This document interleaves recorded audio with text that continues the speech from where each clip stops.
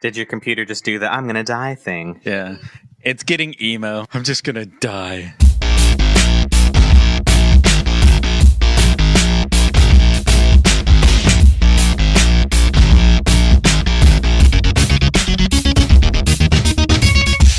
Welcome to another episode of Let's Rewatch, the show where we watch movies that we loved in our youth and see if they're actually still any good. I'm Nick.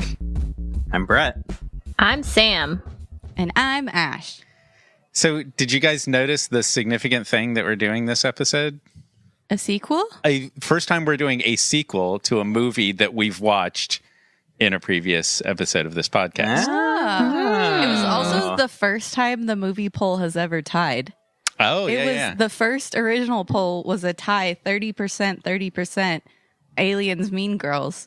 And then I did a tiebreaker poll, despite the fact that I really wanted to do both. And But doesn't it work better because Mean Girls is a movie with a specific date you were targeting? Yeah. But Sam wanted to watch it. Sorry, Sam. It's on my brain. We'll also, I hate aliens. So, you know. I know. I realized later that we're making you watch an alien movie alone. Because you are in LA right now. Yeah. That is in Portland. Yeah. These aren't the kind of aliens she's afraid of, though. It really...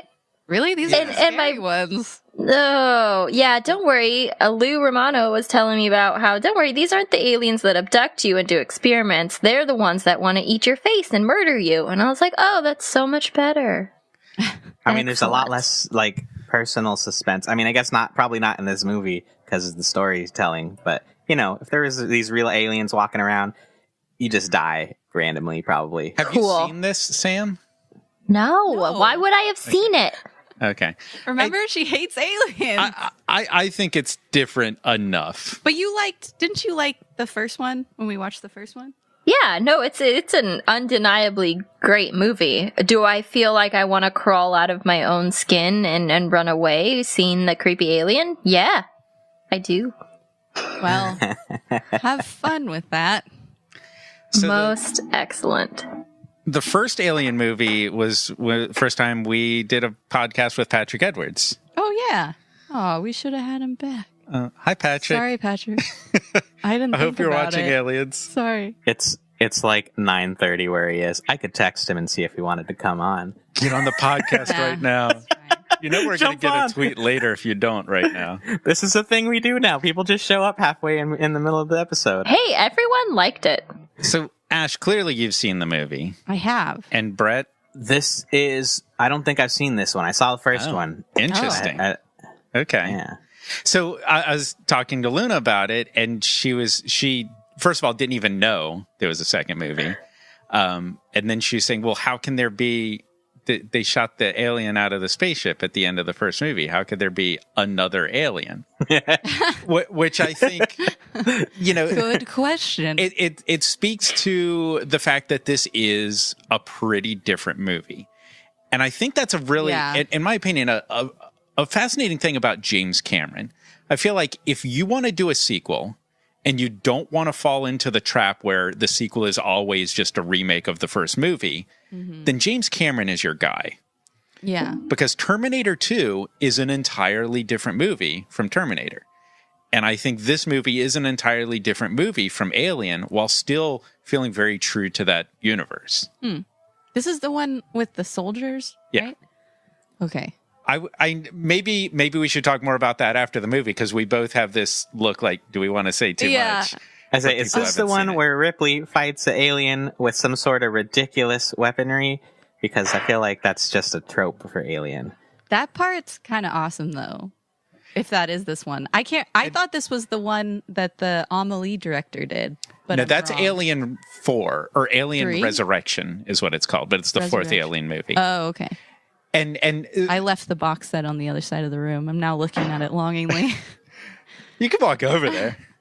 Well, and that's another thing I was kind of thinking about talking to Luna. First, she asked me, well, how many Alien movies are there? Surprise, 4. So is that the answer? many.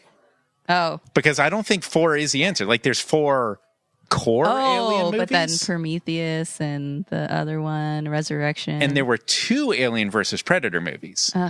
Don't count those. Are there only 2 Alien versus Predator movies? I thought there's more.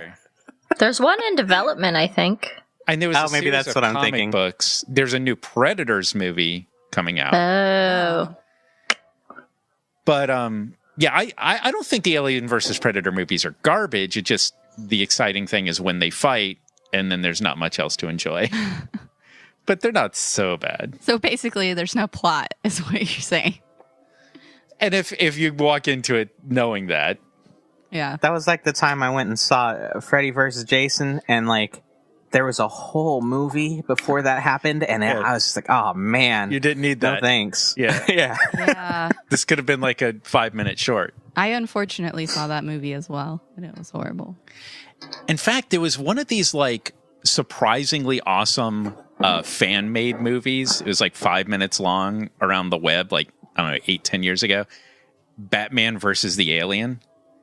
Shockingly good. Because you didn't have to deal with a story. You just saw Batman fighting an alien. Who needs a story like when you have Batman and an alien? Like, I don't know. Well, it's How did like this happen? That Uncharted fan-made movie that came out recently. Yeah, but there's tons of story in that. Yeah, that was very That is story heavy. Chock full of that. yeah, is basically because it didn't have motherfucking Batman in it. All right. Yeah, it didn't have the benefit of Batman, so it had story. But Sorry, aren't Christopher Nolan. We didn't need all that story in those Batman movies. wow. I mean, have you seen the 60s series? It's still Yes. pretty entertaining, and the It's so plot good. is... Well, Adam West is amazing. Because he's Adam West is Batman. Brett, I think you need to dress up as Batman more often, is what I'm kidding. No. Never dress as Batman with a beard. I've seen it. People walking around Comic-Con, that's not how that works. Didn't we have that in one of our videos in the Breakup Ninja Halloween one? I had a Batman outfit that I put on one of the extras who had a beard and was wearing sandals, and it was the most hilarious combination. That is totally Brett's Batman. I just need to do up my hair so that I've got like the bat ear points, and then like just put more fake hair all over the rest of my face. Are you describing Wolverine? Oh, It'll yeah. be a hair. Oh, I guess that is Wolverine. He's just Batman with hair instead of a mask. Just invented Wolverine. Congratulations. So, yeah, this is from 1986. This is a big James Cameron sequel, but of course, James Cameron did not direct the original Alien. Why am I forgetting his name? Ridley Scott. Ridley Scott directed the original Alien. But this was, The Riddler. I think it was James Scott's Cameron's third movie. Wow. I mean, like actual, What? like significant movie. Like he'd done like small shorts, but Piranha 2, Terminator, Aliens. Well, I could see how this would be a logical, like, follow-up to Terminator 2. Indeed, Yeah. but it's an impressive progression. And you can see a shitload of growth between those three movies. I feel like a Terminator is probably one of those ones where like they weren't expecting it to be that movie, you know? Yeah. Like, and then I could see how Piranha 2 and like, okay, how about this one with robots from the future? Like, Yep. Wait, Piranha's about robots? No. No, that'd be Terminator. Oh, okay. Wait, you lost me there. I was like, this is not what I expected. Oh, I love the idea of like it's a robot, but it's called Piranha. But that's Ooh. an initialism. It's PIRA. Like that all so many stands for letters. something. Oh, I am good. the Piranha personal infiltration robot. Personal Has, infiltration robot sounds like a sex robot. Letters and letters. But I think the point you're making, Brett, can be best illustrated by the career of Bill Paxton. Bill Paxton, like I'm going to get into a bunch of actors in this movie, yeah, but Bill he's in it. Paxton's in this. He did a lot of those really small, cheesy action horror movies of the 80s. And The best building ones. up, including Terminator, which I think everybody felt it's just another cheesy horror action movie, but turned out to be awesome for some reason. Mm-hmm. Like, I don't think he was in Piranha 2, but he was in Terminator. And then both James Cameron and Bill Paxton suddenly became somebody out of that. Weird Science was the next year. He was also in Commando that year. We got to do Weird Science. I would love to do Weird Science. That's kind of perfect. Got to do Commando. I'm thinking Thanksgiving action. Oh, okay. Man. Is that a Thanksgiving movie? Well, don't we usually do like a yearly Arnold thing? Yeah. Do we? Yep. Does that happen? I think Brett does that, and then Action Thanksgiving. we did it once, and now it's a thing. Yeah. Which I'm okay with. You didn't sound okay with it like 2 seconds ago. I was explaining the origin. It was growing on her in that thought process. Yeah, I had to talk through it. So we also have Michael Biehn, who was a standard James Cameron guy for a while there. He was Kyle Reese in Terminator. And then he was in The Abyss after Aliens. Both Michael Biehn and Bill Paxton were in Navy SEALs and Tombstone. Tombstone's a dope movie. Wait, is that the one I'm thinking of? Yes. Yeah, probably because it's freaking great. I've never seen it. That's me one neither. I love that movie, and I haven't seen it in it's been long enough, I think, at this point. But I loved that movie when I saw it. So. I'd be totally into it. I've seen it recently, and I generally don't like Westerns, but that one works for me. That's a good one. That one and 310 to Yuma are like the ones I can deal with. I haven't seen that. 310 to Yuma is excellent. That's a heartwarming Western movie. I don't know if I'd say heartwarming, but it's got a couple moments. I'm sure it does. It warms your heart with red hot lead through your heart. There you go. And spurs. From a gun, from a cowboy. All right, Dan Harmon. Yeah. Now, we've also got Lance Henriksen, which when we did Terminator, I think I was talking about Lance Henriksen to a bunch of blank faces, and none of you remembered Lance Henriksen. I don't even remember us talking about Lance Henriksen. And I think this movie is a movie where you probably would recognize him from. Okay. So we're going to keep an eye out for Lance Henriksen because I think that dude is awesome, and he was the original choice to play the Terminator. So try to visualize him as the Terminator. Was he the one that was in that movie where they were running around? Oh, Highlander. Was he the villain in Highlander? No. Okay. Good guess. Although we've had this conversation before. Oh, because they wanted Schwarzenegger as Kurgan and couldn't get him. Copy. Okay, that's Nancy Brown. Yep, that. How do you remember all these people's names? Jeez. I like movies. I think Paul Reiser is pretty awesome in this movie. This is a guy who started as a stand-up comedian. You know him from probably Mad About You. Haven't seen it. I haven't seen that in a long time. I watched it as a kid. iPhone busted.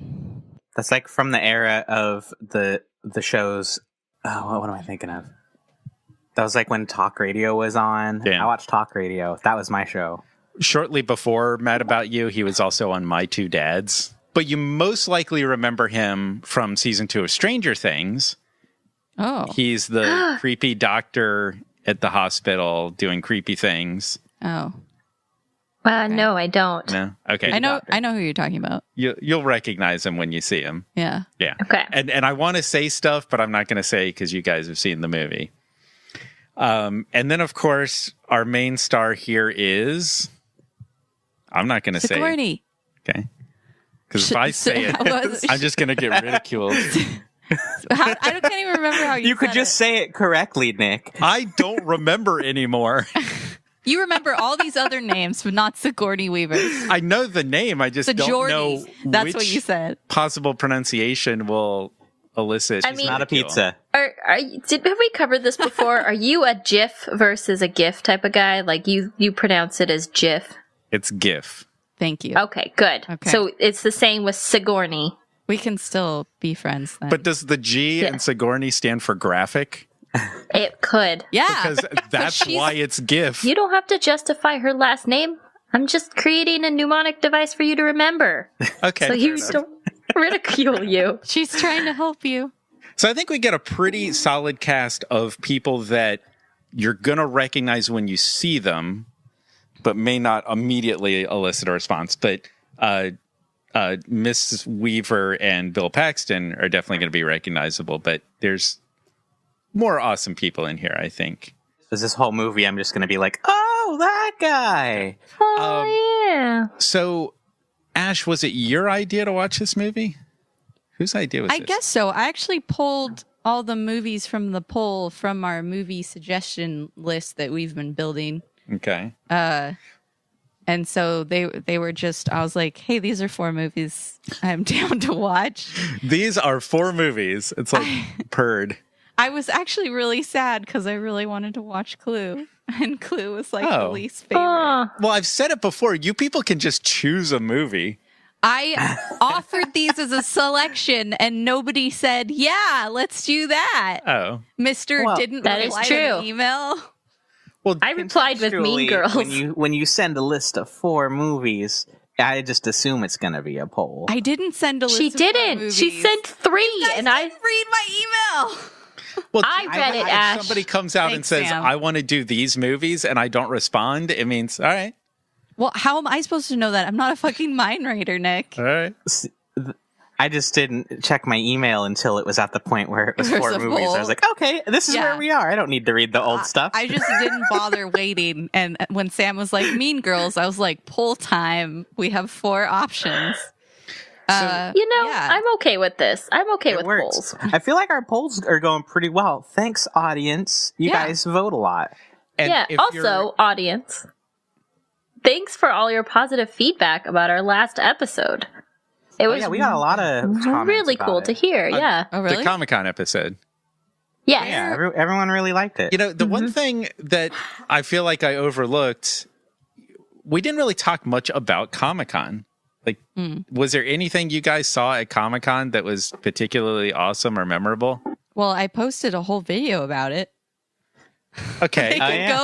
They could go watch the video that I posted about our Comic-Con trip on Laugh-Stash TV. On Laugh-Stash. See, that's a There good you thing to go. point to. Yeah.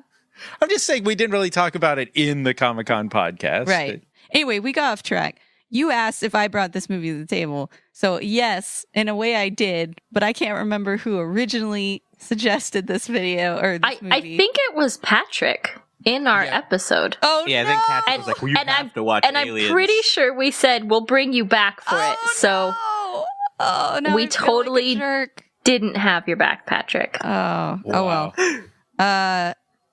Forgive us. But I actually, if you don't mind me transitioning into my thoughts and feelings about this film without giving too much away, this is not my favorite Alien film personally. Okay. I don't think I like this one, but I can't remember it very well. I feel like I liked out of the series, besides the first one, which of course is the best, I think I liked the one done by the Amelie director guy, second best. But there's one where like Sigourney Weaver fucks an alien, and I can't remember which one that was. It's not this one. It would be the one directed by Jean-Pierre Jeunet. Okay. Well, that one's weird. The Frenchman, part. are we really shocked by that? And it's not exactly fucking an alien, but Everyone I know what says you mean. that, but that's exactly what that scene is. I'm sorry. Go back and watch it. She is fucking an alien. Anyway, this is not my favorite one. I think mostly because without giving too much away, I think it focuses really heavily on military stuff, which is not like my vibe. Okay. I also think that I might not be a James Cameron fan. Is kind of what I'm kind of starting to put together. That's fair. And I'm not claiming that James Cameron isn't talented. He is. I'm not a huge fan of the type of story he chooses to tell, I think. Ooh, like me and Pulp Fiction dude. Quentin. Quentin? Quentin. Thank you. If you're not into that, I could see that being your thing. So it's interesting what you're saying, because I think there's, the traditional wisdom of the collective conscious, and then there's the individual opinion. And I think the collective wisdom generally says the first movie is the best. The second one is almost as good and shockingly great. The next 2 are garbage. Mm-hmm. And I do not agree with that at all, because I see the flaws in 3 and 4 and love them. I feel like they're way better than this one. That's it. That's interesting. I mean, I think that the fourth one, directed by Jean-Pierre, is fucking bonkers in a great way. I think it's insane to think that guy directed Amelie and this and some of the other things he's done. Just shows just a weird range while still having a kind of a similar tone. Just imagining Amelie being like, I wonder how many people are fucking aliens right now. Oh, just Sigourney. All right. Or the alien likes ripping people's faces off, impregnating them with alien eggs. Okay, guys. This is a really solid idea. Yeah. Ash, can I get a script? Yeah. It's kind of like that if Wes Anderson did a horror film thing. Yeah. Yeah. Anyway. So, Brett, you don't think you've seen it. You're not sure. No, I mean, like, it's one of those, like, I've definitely seen the things you're supposed to see from it. Okay. But I'm pretty sure I haven't seen this movie. So what do you expect? Man, you know, this, if we've learned anything from the movies that we watch on the podcast and the ones that I bring to the table, it's that Heathers is the worst movie. It is the worst movie. I don't know. Crocodile Dundee. Wait, I thought. Oh, God. I thought for you it was The Substitute. Well, we watched The Substitute first, and that was the worst. And then we watched Heathers. And it's taken over. And it took over, yeah. Yeah, sorry, but like I love movies that are in this genre of like crazy sci-fi action, and like I'd even put down like in a weird way, like even the most of the Arnold movies are weird sci-fi because there's always some crazy bullshit weapon he has, or like a cybernetically enhanced villain or whatever. It's just. It's such a premise that you don't have to actually take it seriously, because I feel like a lot of movies that you're supposed to take seriously or that have real serious subject matter to consider, like if they want to be ridiculous, they can't be. But like crazy shit can happen in sci-fi action movies that no other genre could even try to do, and it would still be a good movie here. And that's kind of what I'm expecting from this movie. I mean, first Alien is like this. I would call it like a thoughtful, like cerebral kind of sci-fi thriller, but I know this is like a more actiony one, and I'm totally down to see some aliens getting in a space fight. Like, I want to see it. All right, so Sam, what do you expect from Alien Space Fight? Anxiety. I don't know. I expect it to be kind of a horror take on the first one. Like, the first one was very suspenseful and kind of really cinematic, and I expect this one to be more actiony and, like, violent. Okay. And are you forming that opinion based on shit we've said in the past 10 minutes? I would say. My fears were completely tainting your limited knowledge of the movie. No. I mean, it's probably because of Alien versus Predator, and I've seen clips of that, and I've seen parts of that, and I kind of expect it to be more along those lines than on the lines of Alien. Okay. Yeah, I guess you do have to, there has to be a path from Alien to Alien versus Predator. This is like, otherwise I think this is still far removed, though. I could see it. It's the first step in the direction. Yeah. I could see that. Yeah. All right, so I guess we're going to dive into it. What are your thoughts? Oh, wow, my expectations? Yeah. Oh, I guess I did skip that. You are a valid part of this podcast, Nick. We've talked about how I believe the first movie is a perfect movie. So clearly that's the best. This one is a damn close second. Well, not that close, because, I mean, I wouldn't put it up on the pedestal of a perfect movie. Actually, fuck this movie. But I think it is a great movie. I love, like I said, most sequels are just the same movie over again, and this just isn't. It's a completely different movie. I really like the third one. I see huge problems with it. I understand why people hate it. I understand why David Fincher hates it. But still, I think there's a lot to love there. And then the fourth one is just crazy gonzo. I love what they did. But for this movie, it's been kind of a while. I feel like I remember it pretty clearly. I feel like it's going to be exactly what I remember. And I'm excited about it. And I'm curious to see. I know if Patrick's listening, he already knows. But I'm wondering if you guys are going to not only finally recognize one of the things that I constantly say. Oh, God. And just said it just a few minutes ago and none of you noticed. What? So that will be interesting. Oh, no. Yeah. And hopefully we'll appreciate it in the future as I continue saying it. So yeah, that's my expectations and my hopes. And dreams. What? And goals. Yeah, my Hopes goals. And dreams and goals. Movie goals. So let's dive in. We're going to watch Aliens from 1986, directed by James Cameron. You might want to check it out yourselves and join us after we watch it, and we can share our feelings. And if you're not so interested in Aliens, wait another 2 weeks and we'll do Clue. Aw, yeah. Yay! Yay. You have one new message. Main menu. To listen to your messages, press 1. Sorry. First, new message. Oh, hey there, guys. What's going on? It's Patrick Edwards here, former and I thought was going to be future guest of the Let's Rewatch podcast, and I see you're all having a good time watching the follow-up to the classic Aliens, very clever movie title, and just standing around, tapping my keyboard, waiting for my invite. Would have loved to hang out and watch the sequel. I guess that's fine. I got plenty of things I could do. You just missed out on classic jokes like time when I was a kid and I tried to do the bishop knife trick, and now that's how I got the nickname Seven Fingers Pat. Or all my game over jokes, which would have been incredibly not cliche and not overdone. Or, there's plenty of opportunities to scream, "Get away from her, you bitch." Or all my jokes about having small kids and how great that loader would be for cleaning up all their fucking toys that are stranded all over my house. But no, you guys just had to go ahead and record yourself, even after I voted 3 times on that poll from my 3 different Twitter accounts. What the fuck, guys? I'm hurt.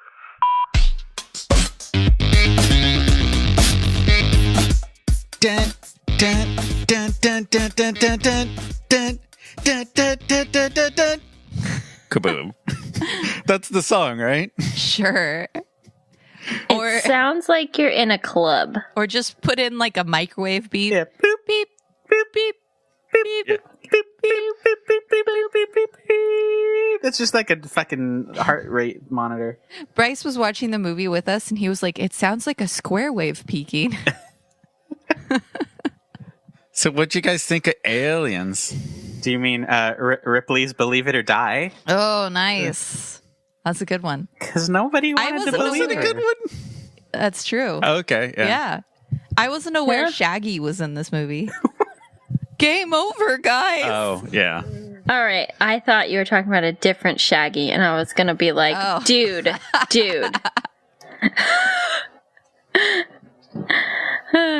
No. I was say, Nick, I thought I heard your quote, and then I forgot it. Oh. It was funny because the scene happens and he's like, "Game over, man." And Ash is like, "Is that the quote?" I'm like, "No, but it's going to happen in like 4 seconds." But to be fair, the quote is Mostly. mostly, which one word is not enough. No, it's I don't know. if you go back and listen to our podcast, you will notice anytime somebody says mostly, I will echo them with mostly. I mean, I feel like That's what she does. It's hilarious. Like, they mostly come out at night. Mostly. I can't hear the word mostly without it being Newt. I thought you were. Yeah. I was like imagining some of the other quotes in that, and I was like, "Is that the Nick quote?" yeah, The me too. Look into my eye. That was always a weird one to me. Like, it Yeah, seemed like, like what it was is he some saying? insult that we're supposed to He was understand. flipping him off, but he was holding a cigar with his other finger straight up. So we didn't get the. Oh. Okay. I did like how that dude came out of cryosleep and just instantly popped a cigar in his mouth. That was Yeah. pretty awesome. Yeah. What else are you gonna do? You know, I was thinking about memorable quotes, And there's one in this movie that is extremely memorable, except it's not a quote because it's not a spoken line. But when she's in that field of eggs and she's like figuring out how are they going to react to me, and the one egg opens up and Ripley just kind of tilts her head and looks at the queen, that look to me is a famous quote from this movie. Like, all right, fuck you. And then it's just flames and grenades. I take that look, that tilt of the head and that look as a quote. Okay. I love that in this. That's not technically a quote, but I'm on board with everything else you're saying. The IMDb quotes page loves you. Just like tilt. They need to make an animated emoji that does that. Astridge, Ripley tilts her head. Man, I want that bishop like getting stabbed in the gut and spraying milk everywhere as a gif, and it just says "got milk." Oh God! Ripped in half. That was gnarly. That was way too much liquid. Yeah. There was in Sigourney Weaver's mouth at one point. So what does it taste like? No. My favorite quote is but that I can't even remember the whole quote now, is the bitch line. Oh, get away from her, you bitch. Yeah. Let's really get into the power loader scene, because I'm thinking a lot about that as I'm watching it. Jumping straight to it, huh? Yeah. And I think that is a formative moment, at least for me, as somebody who enjoys movies and science fiction and stuff. I don't know how you guys feel, but it defines what is great when science fiction has that they plant a seed in the beginning, they set rules defining that seed that they plant in the beginning, you forget about it, and it pays off in a tremendous way. And it was an extremely well-staged moment and dramatic moment. The lighting, the opening of the door, she steps forward in as the camera inches forward, and it's a unique visual that we've never seen before. It's extremely science fiction with very specific rules around it. And I think that flipped a switch in my brain as a young child watching movies. Yeah. I mean, that scene, I wanted to ask early on, but I didn't want to have any spoilers for anyone who hadn't seen it. I wanted to ask, is this the movie with the loader? Yeah. Because that is awesome. Yeah, Sure. that was the wild weapons, the loader and the gun that is 3 guns. Yes, in fact, I feel like I was worried I've spoiled that, because I've talked about that in this podcast. The moment where she tapes 2 guns together is such an awesome moment. Yeah, that the loader thing is I think like a first time viewing, like that's the impressive thing. But like, since that's the part of this I had seen, I feel like what had landed harder is the moment just before on the way down on the elevator, and she's just fucking chilling with like the 2, the big old double gun, and she's just like, I am ready to fucking kill everything. And it's just like, that is so badass. Like in the action moment, the loader was cool, but just like heading into certain death with just the stone cold, like, I'm gonna kill everything look on her face is pretty great. Yeah, I'm kind of with you, because I knew the loader scene was coming, because again, I've seen it. But for me, it was the nest scene with the queen that you brought up. Like, everything from that point on for the rest of the movie, I was on the edge of my fucking seat. Like, it was so great. Oh yeah. And the nest scene is amazing too, because it's like this whole long stretch of a scene without any dialogue, but you still totally get everything that's going on. And it also explains the entire life cycle of the xenomorph. There's a lot of information communicated there. And isn't there a part of you that wants to believe that your mother would do this for you to protect you?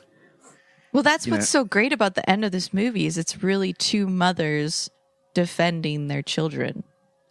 That's fascinating. Yeah. I mean, it is. I never really thought of the queen as the mother. I always took it as Ripley's journey as a mother.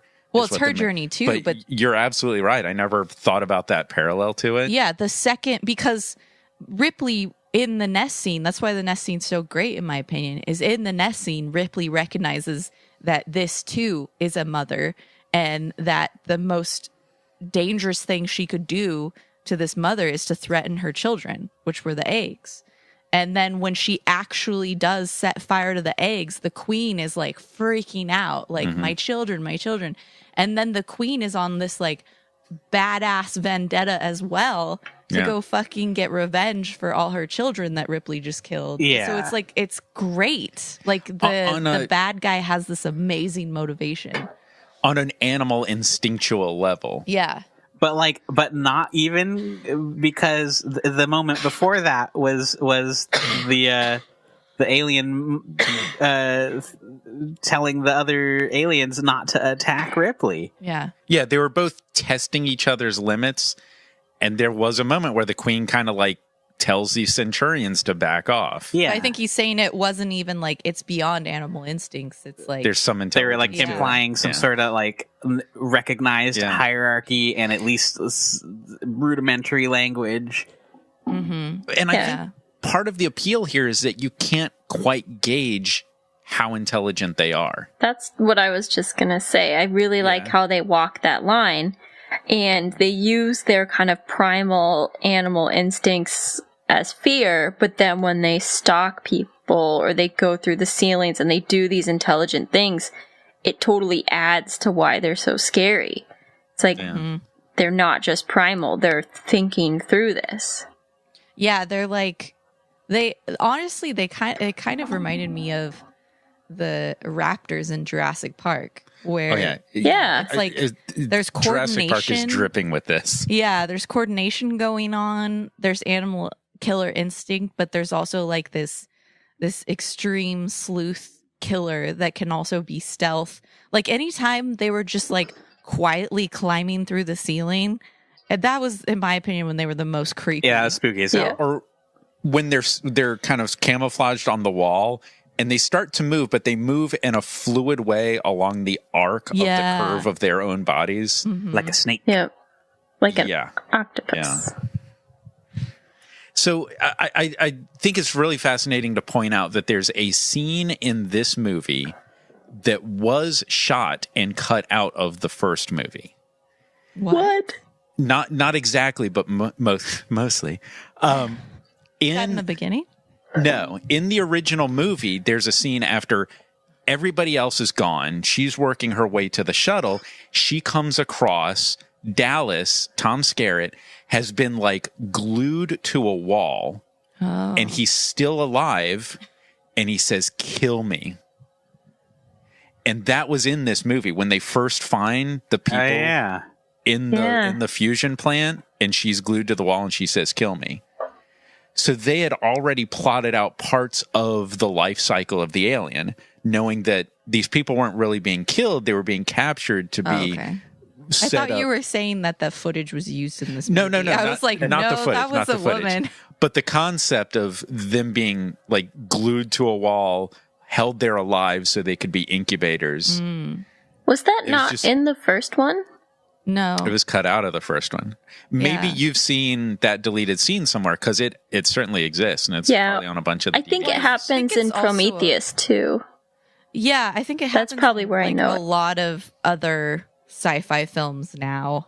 You know, it's kind of like the Barb and Stranger Things it feels very. You can actually trace it back to The Fly. You know, in a web, kill me. So it's been in a lot of stuff.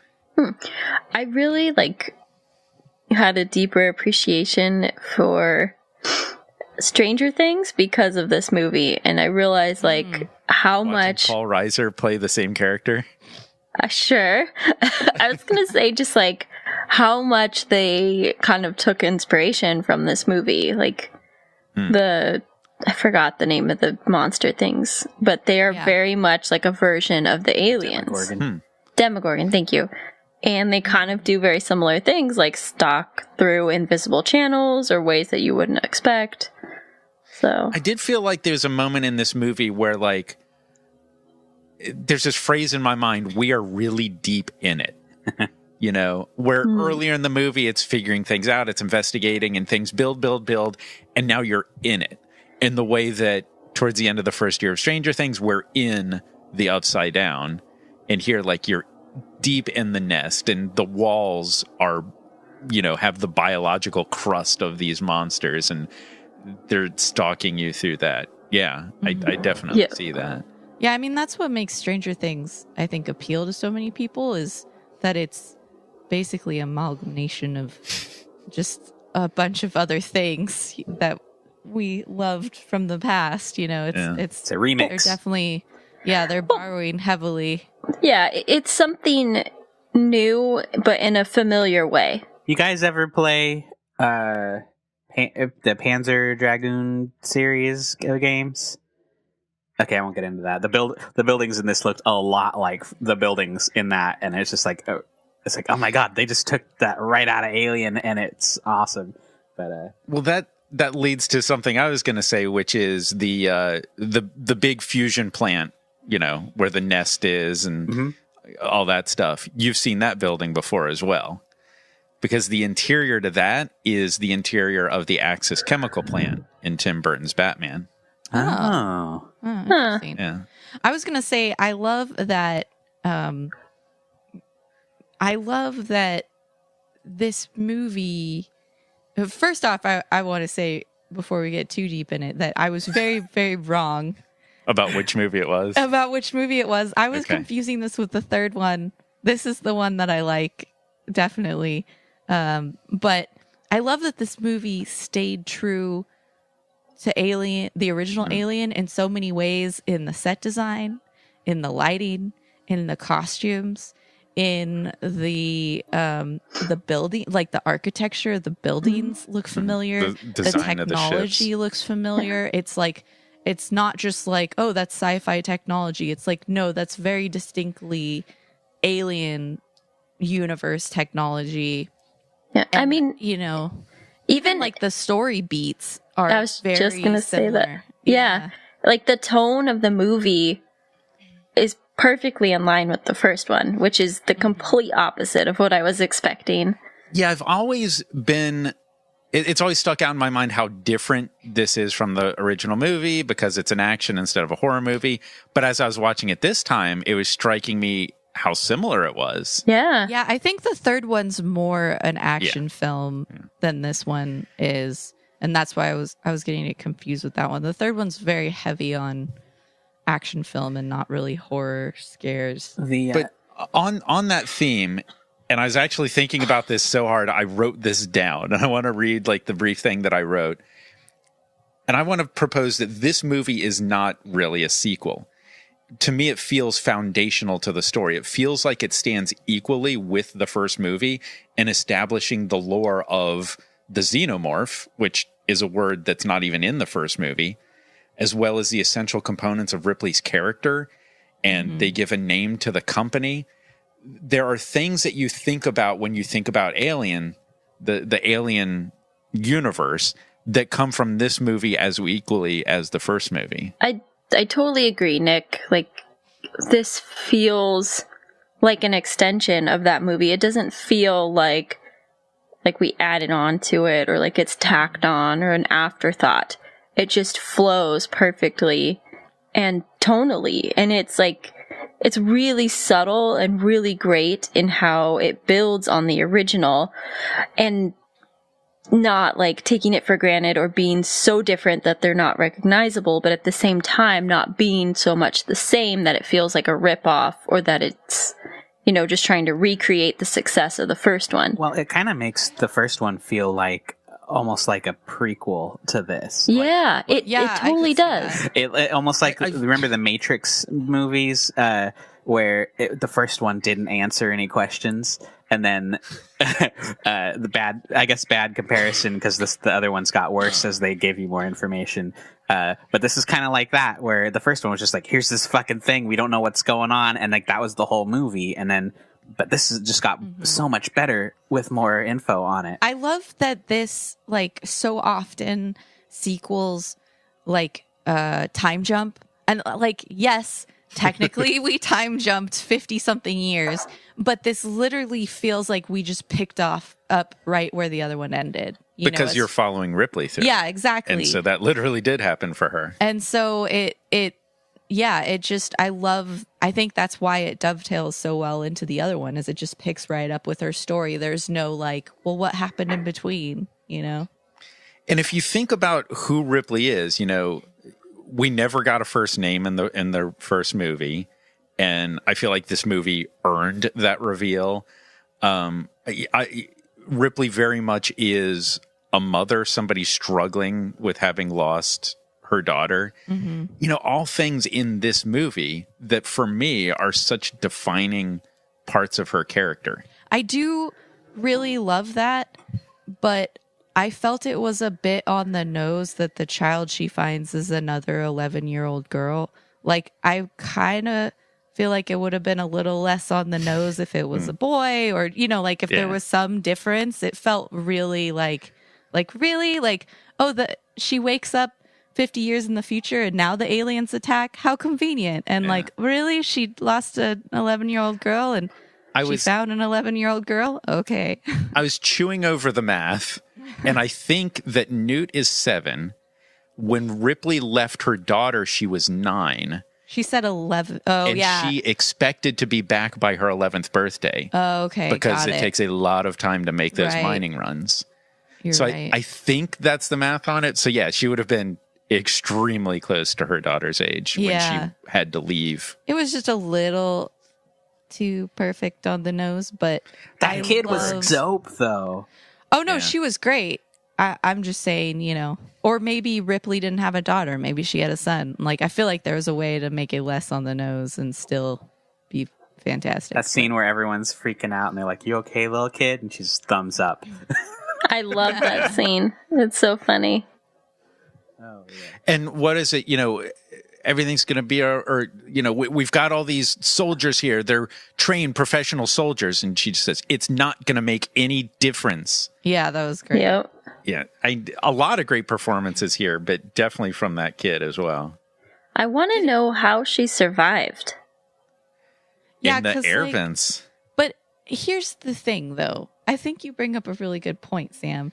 Because, how did she survive? Because they establish that queen had some sort of ability to, I don't know, maybe smell her, because she found her hiding under the floor at the end, and the queen was able to rip that chunk of floor out and grab her. So how would these little air vent things prevent them from getting to her? Well, she's not a T-Rex. Like, there was 2 people in the room and 1 left. There's still 1 in the room. What are you talking about? They established that the alien queen is it's kind of smart. So the only person that left the room was Sigourney Weaver. I don't think it's about whether the aliens can get her once they found her. It's the fact that she was able to hide to the point that they couldn't find her. Yeah, I think they just didn't see the little girl the first time during the attack. But I'm not surprised that the queen was able to find her after she was already chasing. Yeah, it just felt like from the shot, it feels like the queen's sniffing around, which made me feel like maybe they because for example, how did the aliens know where they were when they were hiding out in the building earlier in the movie? They must have some way of detecting life forms. Another thing that a question that they don't answer that I like. Mm-hmm. I don't think you want to understand how they do what they do. Yeah. It's scarier that you don't know how they work. Did anyone else notice the weird speed ramps in this movie? There were a few. Definitely on the knife trick, for sure. Well, yeah. Yeah. There were some other ones. Sometimes they were used appropriately well. Other times it was a little rough. But... Well, speaking of camera tricks, I noticed that there's a lot of firefights here. There's a lot of gunfights. Marines shooting aliens. When that happens, the Marine and the alien are never in frame together, which I think gave them the ability to just shoot a shitload of footage of Marines yelling and shooting and then shoot a whole bunch of footage of aliens blowing up and getting shot, and then giving it to the editor and say, hey, build some action scenes. I think that's accurate. And it's not a complaint, but it was something interesting I noticed, like a technique. I don't think that that's true. I noticed plenty of shots where they were in the same frame. Yeah, but there was a lot of that thing that Nick was talking about, though. Like, I think there were some story beats where it was like, the alien is now wrapping around you. But then, like, as everyone's running away from that, it's a whole bunch of, like, cutaway. I think they used that to really add to the chaoticness of the scene, because they didn't want you to be able to track the action. They wanted you to feel like you were in it with them. And in that scene, you know, they were confused. They didn't know where the monsters were. They didn't know where they were coming from. Like, they were disoriented. The head cam stuff. I feel like the head cam the chaos of that just brilliant. Yeah, it was great. Yeah, I will say James Cameron did an amazing job here. Like, there are plenty of beautifully executed scenes with tension and just like framing. Like, I love simple framing, like in the very beginning where she's sitting and you think she's sitting in a park, and then the camera pans out and you realize like it's a screen and she turns it off. Like, there's just brilliant stuff. Or the scene where she is having the dream and the alien is popping out of her stomach. Doesn't quite come out, but it's like right before it pops is when they cut. But like the build up to that moment, which was, in my opinion, equally like the camera work done and also the sound design. The sound design in this movie is phenomenal. Oh yeah. The sound design in the first one was good too, but that, like, her heartbeat just starts racing, and then all the other audio drops out, and suddenly it's just her heartbeat, and then the footage slows down and it becomes slow-mo, and these tight shots focus just on her. It just like totally raises the tension. Another moment with like fantastic sound design was when the Marines are first going in to the compound, and they get up to the door and they hotwire it, and you hear all this sound behind them because they're in the rain and they've got all this gear, and the blaster doors to the compound open and all the sound drops out, and it's just quiet. It's dead quiet when the doors open up. And I thought that was a really impactful moment too. Well, I mean, it's a way to use audio to sell the story, which is they were expecting it to be chaotic on the inside and be a bloodbath and like bodies everywhere, and then there was just nothing. Yeah, it makes it eerie. Yeah. I was noticing that one of, if not the most tense, perfectly orchestrated scenes is where the aliens are creeping in and the automated turrets are firing, and they're watching on a little screen as the ammunition depletes on those turrets.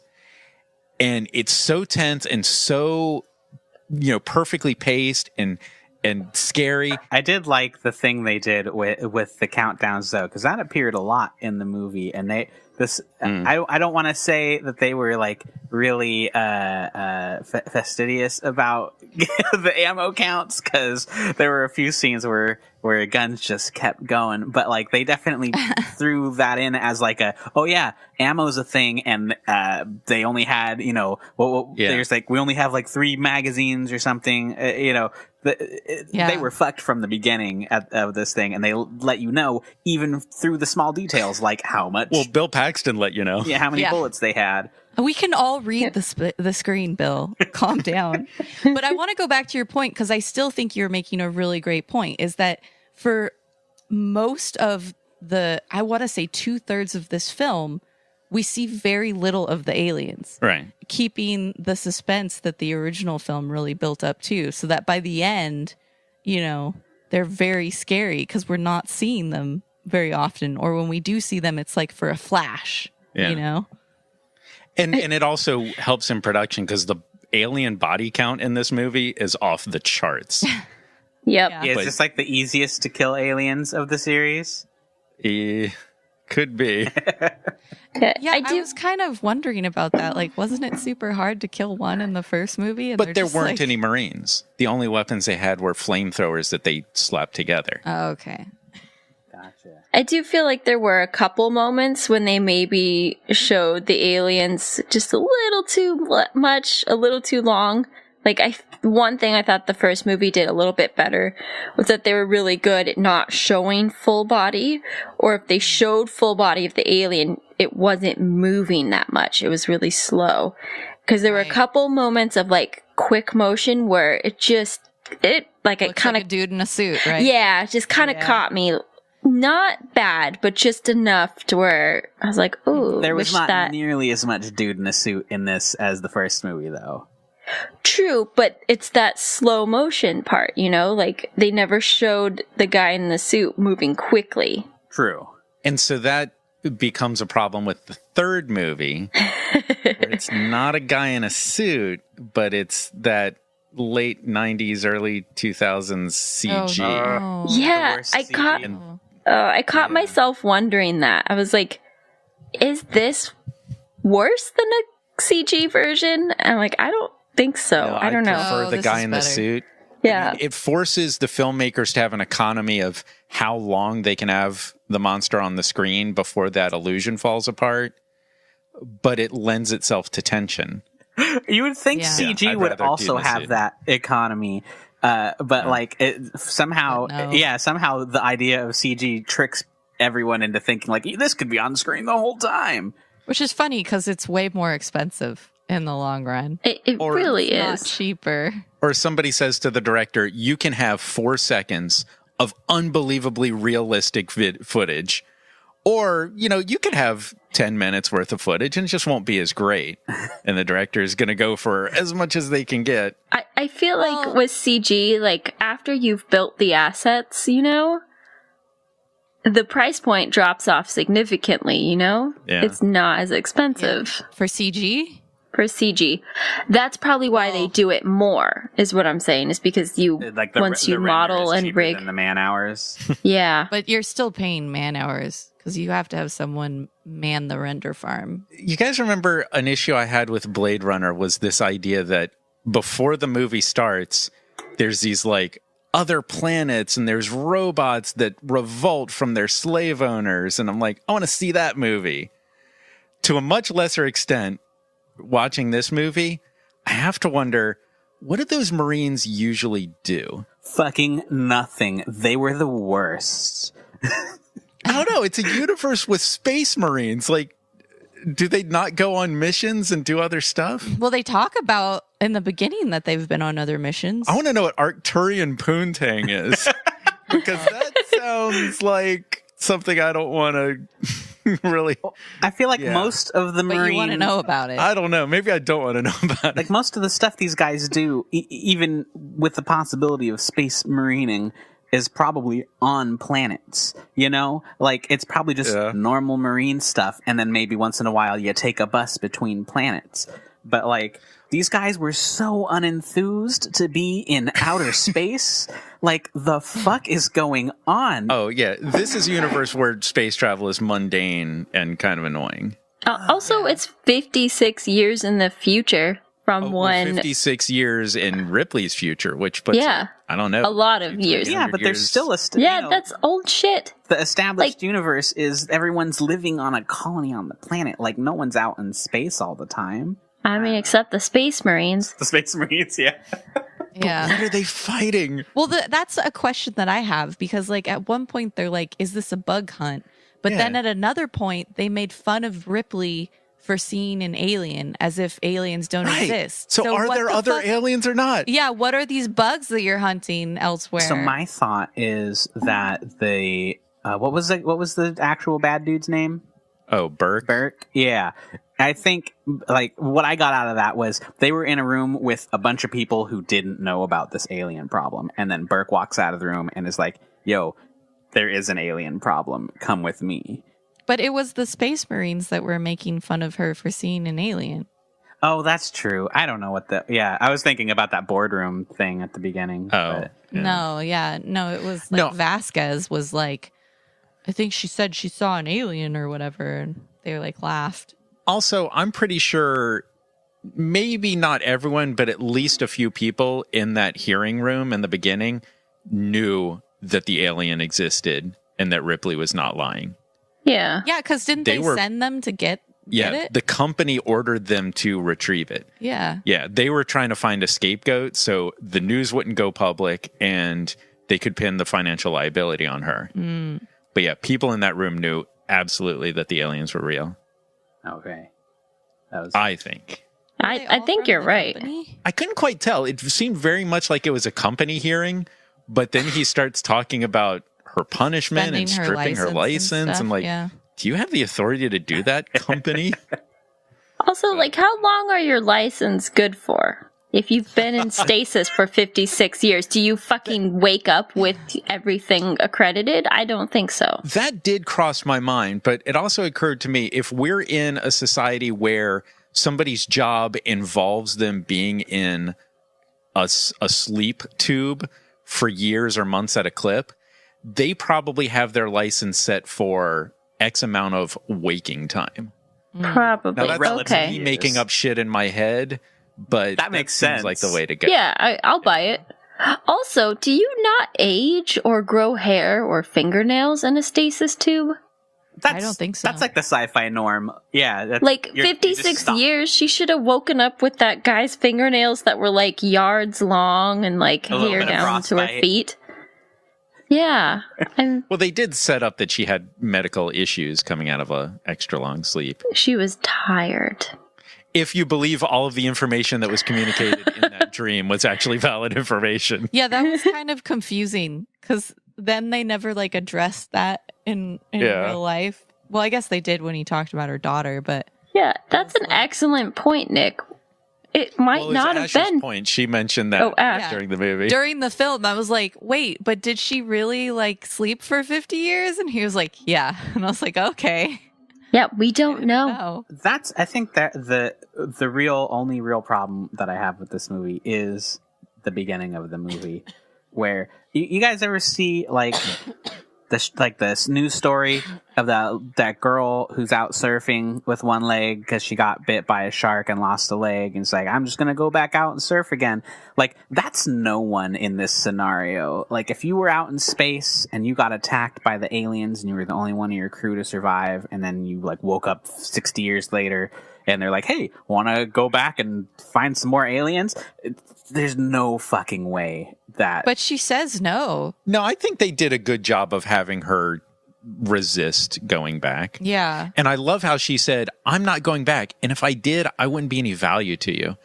And it turns out she was the most effective person in that scenario. Yeah. Yeah. Yeah, almost TPK for the second time. I mean, I kind of got the vibe that, like, she didn't really have a choice in the matter.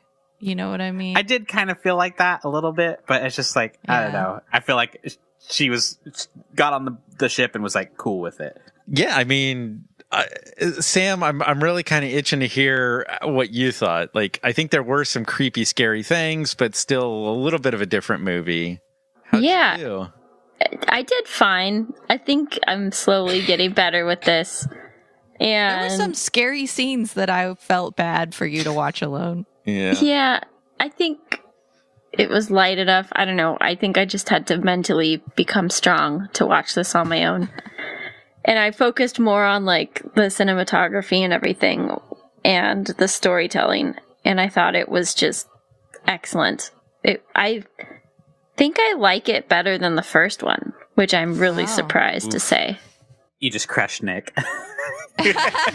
For me, it was exactly as good as I expected. It was still super great.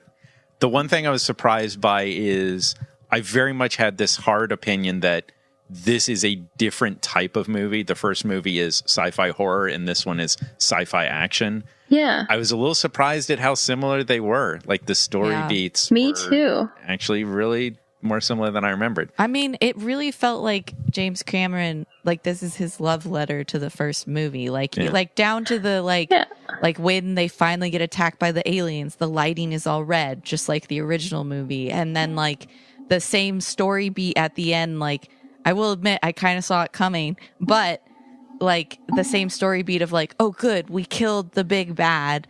and now we're having a breath of relief and like, oh no, there's actually the big bad still here, you know, like that is so, and we have to kick it out an airlock. So like the first one, it was a lot of the same stuff but bigger, much bigger. And it doesn't feel like James Cameron is playing, you know, like lip service to the original. I feel like he really understood what made it successful and what made it a good story, and was able to take that information and recreate it in his own way. Totally. Yeah. So what do you think, Ash? Oh, I loved it. I thought it was really great. Not the movie you thought it was. It's not the movie I thought it was. The third one's, I'm going to have to say, the third one's not good. I feel like Ash mistaking a movie for a different movie is now like a theme of the show. Theme, yeah. I think most people agree the third one is just rough. Okay, yeah. Including David Fincher. Including the director. I thought it was really great. I could totally see liking this one even more, Sam. I can understand that. I'm not going to go as far as that, but I think I'm on your level, Nick, where it's like almost as good as the first one. It's a very, very good sequel. The first one I love. The thing I love about the first one is I love the psychology of being in a confined space with this monster that you don't quite get in this one. But I just think out of all the female lead characters out there, Ridley is the coolest. Ripley. Ripley is the coolest female badass lead character. Like, I mean, I know a lot of people are all about Rey and Star Wars, but like, man, Ridley kicks fucking ass. Also, Ripley, God, I really liked like it just kind of the inclusivity of women and men in the military in this. You know, like there wasn't like the one tough token chick.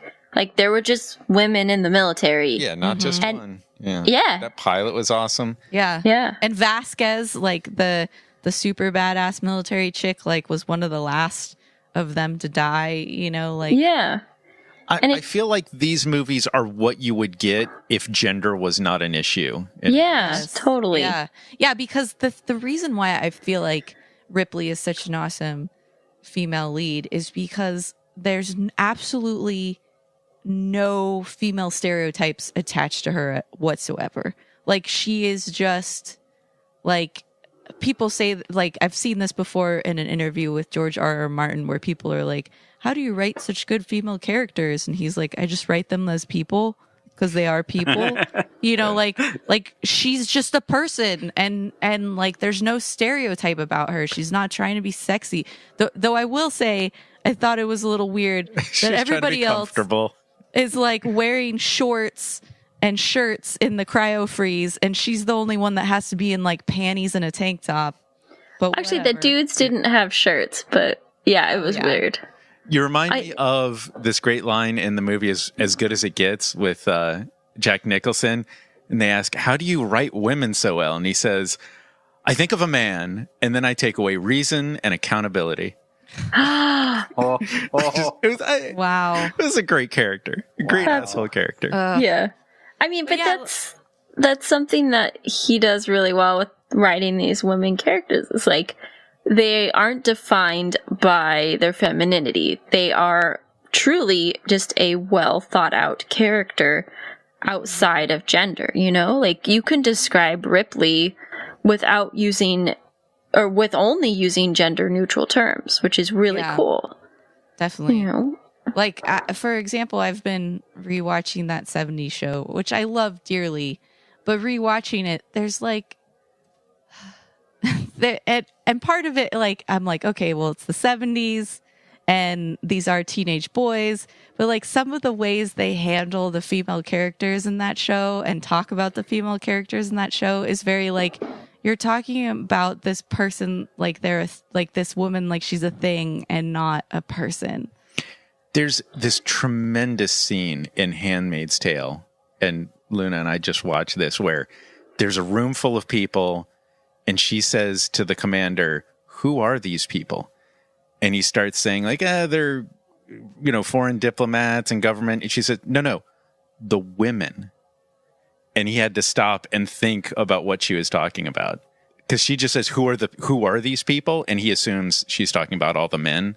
Oh. And she's like, no, I'm talking about the women. Who are all these women? Oh. Yeah, it's such a tremendous moment. Yeah. But anyway, I think she's a great female character. And I always love seeing more of her. Yeah. Even if it gets batshit crazy later on. But. Yeah. And one other thing I thought of, this idea of comparing the two movies and which is better. It's bigger and the action scenes are, more exciting and more complex.